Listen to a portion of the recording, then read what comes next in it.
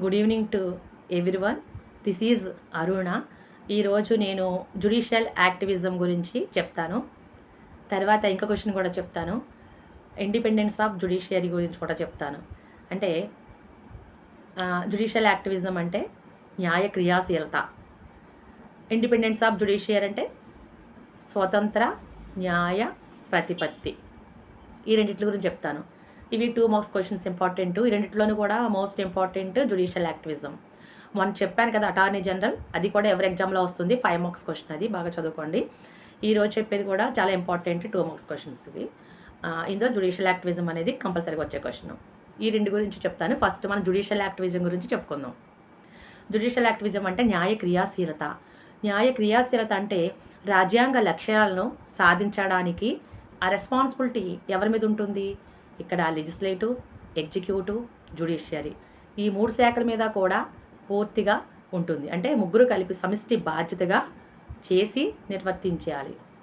ఆ డ్యూటీ అనేది వీళ్ళ మీద ఉంది.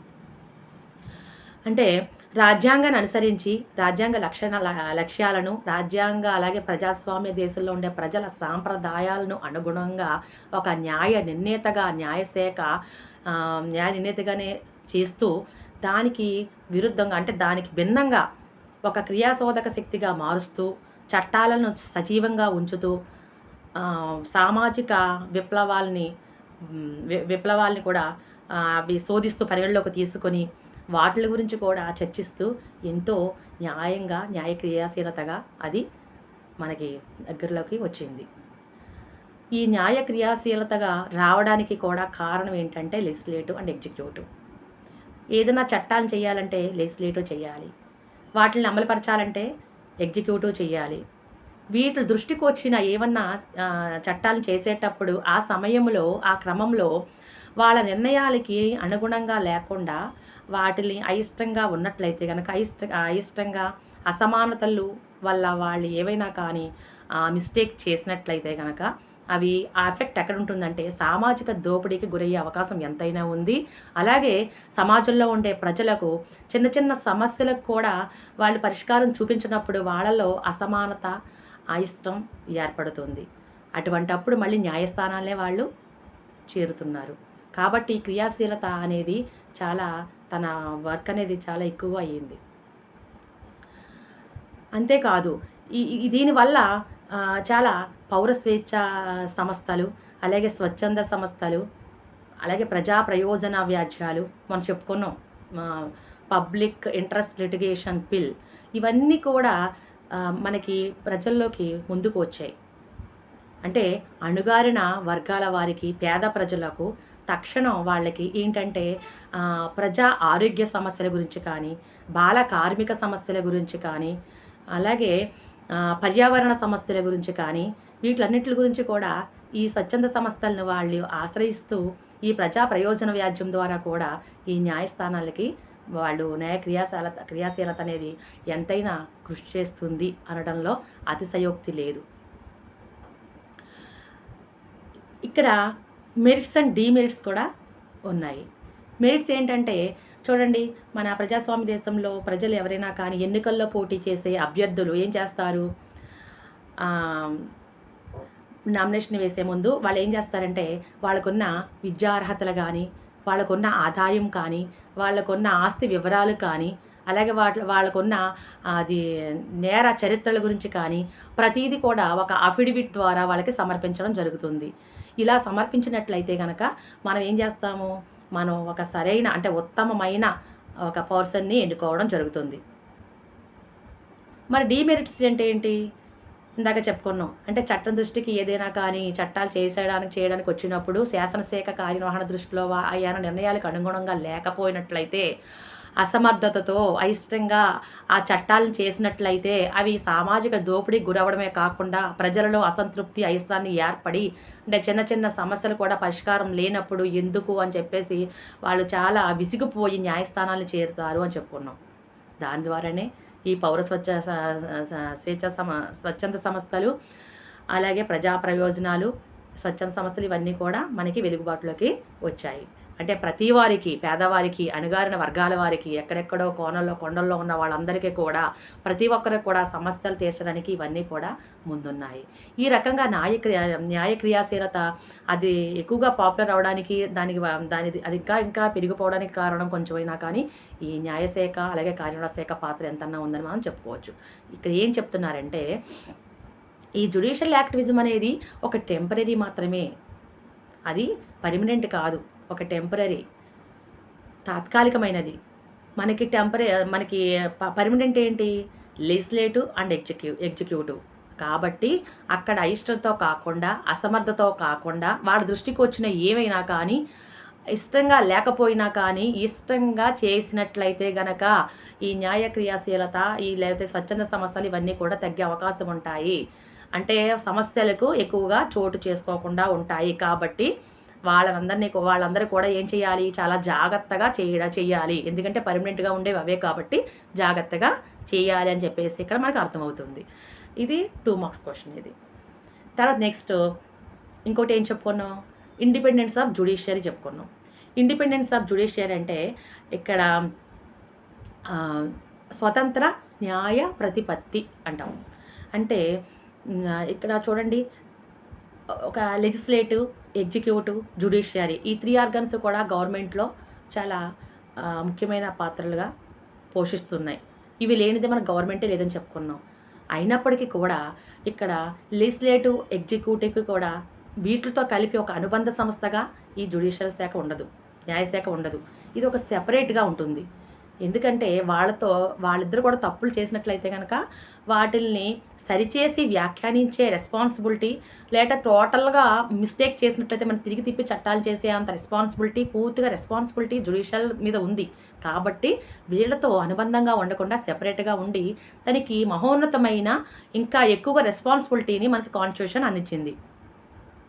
ఆ రకంగానే అక్కడ న్యాయమూర్తిని కానీ ఒకవేళ కోర్టులు కానీ ఎవరన్నా ధిక్కరించినట్లయినా కానీ, ఎవరన్నా మాట తూలినట్లయినా, ధిక్కరించినట్లయినా, న్యాయానికి అనుగుణంగా వాళ్ళు ప్రవర్తించకపోయినా కానీ అక్కడ రాజ్యాంగం కొన్ని చర్యలను చేపట్టింది. వాళ్ళు వెంటనే యాక్షన్ తీసుకోవచ్చు. కాబట్టి న్యాయమూర్తిని ధిక్కరించడానికి లేదు, కోర్టును ధిక్కరించడానికి లేదు. అంతేకాకుండా ఈ సుప్రీంకోర్టును కూడా ప్రతిదీ కూడా సుప్రీంకోర్టులో ఏ తీర్పు అయితే ఇస్తారో ఆ తీర్పుని మొత్తం ప్రతి ఒక్కరు కూడా దాన్ని ఫాలో అవ్వాల్సిందే అని కూడా మనం చెప్పుకున్నాం. ఇక్కడ అంటే ఎనలేని అధికారాలని ఇచ్చింది. అలాగే రక్షణ అంటే ప్రొటెక్షన్ కూడా అలాగే ఇచ్చింది. న్యాయశాఖకు కాన్స్టిట్యూషన్ ప్రొటెక్షన్ కూడా అలాగే ఇచ్చింది. కొన్ని చర్యలు చేపట్టి దానికి చాలా ఎంతో అధికారాన్ని కల్పించింది న్యాయశాఖకు. అలాగని చెప్పేసి నాకు చాలా రాజ్యాంగం ఎంతో అధికారాన్ని ఇచ్చింది కదా అని చెప్పేసి ఇష్టానుసారంగా బాధ్యతారహితంగా చేయకూడదు న్యాయమూర్తి. చట్టాల్ని, రాజ్యాంగాన్ని, ప్రజాస్వామ్యాన్ని అనుసరిస్తూ, సాంప్రదాయాలు గౌరవాన్ని ఇస్తూ, రాజ్యాంగ ఔన్నత్యాన్ని పెంపొందిస్తూ అక్కడ న్యాయమూర్తి నడవలసిందే. ఇష్టానురాజ్యంగా చేయడానికి లేదు. అలాగే న్యాయమూర్తికి పదవీ కాలం కూడా రాజ్యాంగం ఫిక్స్ చేసింది. ఇంతకాలం అని చెప్పేసి ఆ టెన్యూర్ అనేది ఫిక్స్డ్ టెన్యూర్ అనేది ఫిక్స్ చేసింది. అది ఎంత అంటే న్యాయమూర్తి 65 ఇయర్స్ వచ్చేంత వరకు కూడా ఆ పదవిలో కొనసాగవచ్చు. ఈ లోపులో ఏవైనా అంటే న్యాయమూర్తిని తొలగించే అర్హత ఎవరికీ లేదు. ఆయన రిమూవ్ చేసే అధికారం ఎవరికీ లేదు. రాష్ట్రపతి సంతృప్తి మేరకు ఎంతకాలమైనా ఆయన పదవిలో కొనసాగవచ్చు. అంటే వాళ్ళకి ఫిక్స్డ్ టెన్యూర్ ఉంది కదా, ఆ టెన్యూర్ అయ్యేంత వరకు కూడా మధ్యలో ఎవరు రిమూవ్ చేయడానికి లేదు. రాష్ట్రపతి సంతృప్తి మేరకు ఎంతకాలమైనా కొనసాగవచ్చు. ఆ టెన్యూర్ ఎప్పుడంటే కనుక వాళ్ళకి 65 ఇయర్స్ వచ్చేంత వరకు కూడా పదవిలో కొనసాగవచ్చు. అంటే రిటైర్మెంట్ వచ్చేంత వరకు కూడా. ఈ రకంగా ఎప్పుడు రిమూవ్ అవుతుంది అంటే కనుక ఒక అభియోగ తీర్మానం అంటే మహాభియోగ ప్రక్రియ ద్వారా, అంటే ఆయన అసమర్థత కానీ ఆయన ఏవైనా కానీ తీర్పు ఎడల కరెక్ట్గా న్యాయ తీర్పు చెప్పని ఎడల, ఆయన బిహేవియర్ బాగోపోయిన ఎడల, అసమర్థతగా ప్రవర్తించిన ఎడల అప్పుడు ఆయన్ని మహాభియోగ ప్రక్రియ ద్వారా తొలగించడం జరుగుతుందే తప్ప ఎవరు కూడా ఆయన్ని తొలగించడానికి వీల్లేదు. ఆయన రిటైర్మెంట్ అయ్యేంత వరకు కూడా ఆయన పదవిలో కొనసాగవచ్చు. ఎవరికి కూడా రిమూవ్ చేసే అధికారం లేదు. అలా అని చెప్పేసి ఆ మహాభియోగ ప్రక్రియ ద్వారా తొలగించాలంటే అలా కూడా ఎక్కడ అయినా చెయ్యరు. అంతవరకు వస్తే కనుక ఆ రకంగా రిమూవ్ చేయాలి. అంతవరకు కూడా ఎవరు రారు. చాలా ఉన్నతంగా న్యాయస్థానాన్ని గౌరవిస్తూ, రాజ్యాంగాన్ని గౌరవిస్తూ వాళ్ళ పదవిలో కొనసాగుతూ ఉంటారు.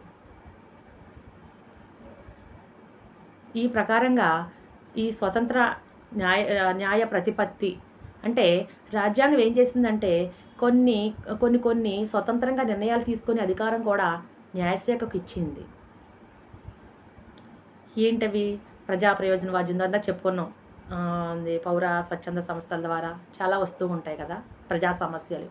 వీటిలన్నిటికీ కూడా సొంతంగా నిర్ణయాలు తీసుకుని ఎప్పటికప్పుడు యాక్షన్ తీసుకునే అంత రైట్స్ అనేది మనకి న్యాయశాఖకు ఇచ్చింది కదా అని చెప్పేసి ఎప్పుడు కూడా తనకున్న అధికారాన్ని దుర్వినియోగం చేయకుండా అక్కడ న్యాయబద్ధంగా నడుచుకునేలాగా ఉండాలి అని చెప్పింది. అలాగే న్యాయశాఖ ఎప్పుడు కూడా ఒక స్టాండర్డ్గా నిలబడేటట్లు ఎంతైనా కానీ చర్యలు తీసుకుంది. అలాగే ప్రొటెక్షన్ కూడా తీసుకుంది. న్యాయమూర్తికి ఒక రక్షణ కవచం కింద అక్కడ రాజ్యాంగం ఎన్నో చర్యలు కూడా చేపట్టింది. ఈ రకంగా న్యాయశాఖ ప్రతిపత్తి ఎంతైనా కానీ మనకి అందుబాటులోకి వచ్చింది కాబట్టి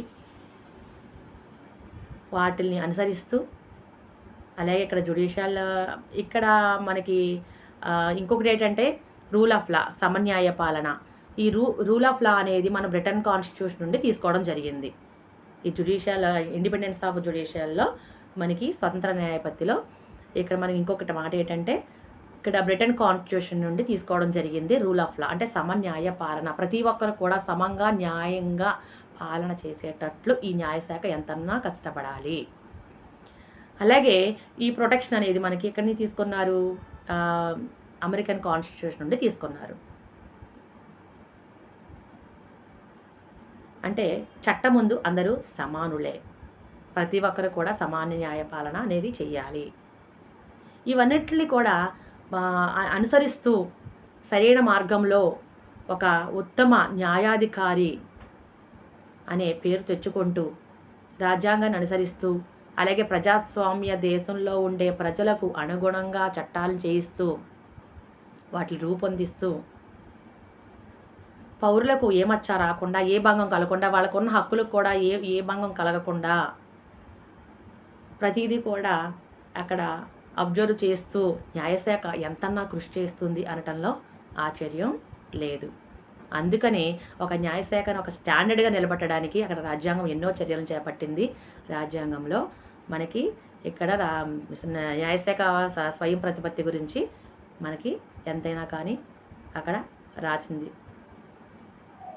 కాబట్టి ప్రతి ఒక్కరూ కూడా సమాజంలో ఉండే ప్రతి పౌరుడు కూడా న్యాయాన్ని ధిక్కరించకుండా, న్యాయస్థానాన్ని ధిక్కరించకుండా ఒక కోర్టుకి వెళ్ళినా, ఒక న్యాయమూర్తితో మాట్లాడినా, అంటే ఇక్కడ ఒక మౌఖికంగా అలాగే ఒక నోటి మాటతో కూడా అక్కడ ప్రజా సమస్యలకు తీర్పు చెప్పే విధంగా కూడా అక్కడ న్యాయశాఖ నడుచుకుంటుంది. ఒక చిన్న సమస్యలు ప్రతిదీ కూడా ఉన్నప్పటికీ కూడా ప్రతిదీ కూడా ఇప్పుడు మనకి అందుబాటులోకి వచ్చింది ఒక న్యాయస్థానం. కాబట్టి ప్రతి వాళ్ళు కూడా దీన్ని అనుగుణంగా దాన్ని అనుసరిస్తూ మనం ఎంతైనా కానీ వాళ్ళకి విధేయులే ఉండాలి. ఇది జ్యుడిషియల్ యాక్టివిజం, అలాగే ఇండిపెండెన్స్ ఆఫ్ జ్యుడిషియరీ అంటే. ఓకే.